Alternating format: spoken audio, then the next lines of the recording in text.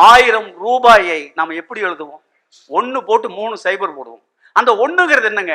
ஆரோக்கியம். முதல் சைபர் நம்ம குடும்பம், 2வது சைபர் நம்ம சம்பாத்தியம், 3வது சைபர் நம்ம லட்சியம். அந்த 1ங்கிற ஆரோக்கியத்தை மறைச்சிருங்க.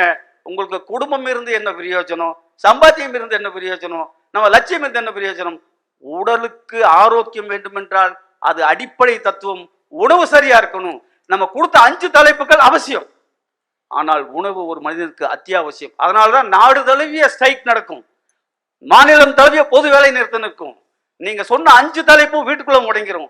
ஆனால் உணவு என்ற தலைப்பு மட்டும் ஊர் முழுக்க வளம் வந்துட்டு இருக்கு. ஏன்? உணவு அத்தியாவசியம், பால் அத்தியாவசியம், மருந்து அத்தியாவசியம்.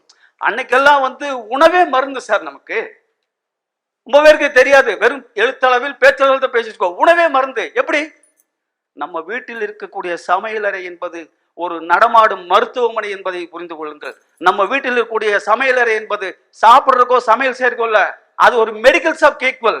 வயிற்று வலியா எட்ரா விளக்கெண்ணெய்ன்னு சொல்லி ஒரு எண்ணெய் எடுத்து அடி வயிற்றுல பூசி 10 நிமிஷம் படுத்தா வயிற்று வலி போயிடும்.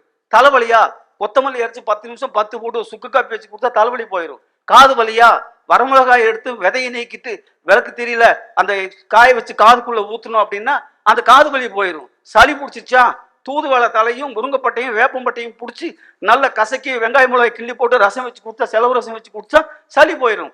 ஆனால் அப்படிப்பட்ட உணவு பழக்க வழக்கம் இன்றைக்கு மாறிவிட்டது. ஏன்னு கேட்ட, இன்றைய உணவு பழக்க வழக்கம் எப்படி தெரியுங்களா?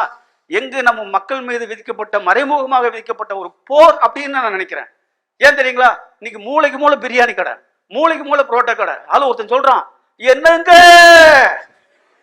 என்னங்க பிரியாணி புரோட்டா சாப்பிட எங்க கடைக்கு வாங்கங்கிறான்.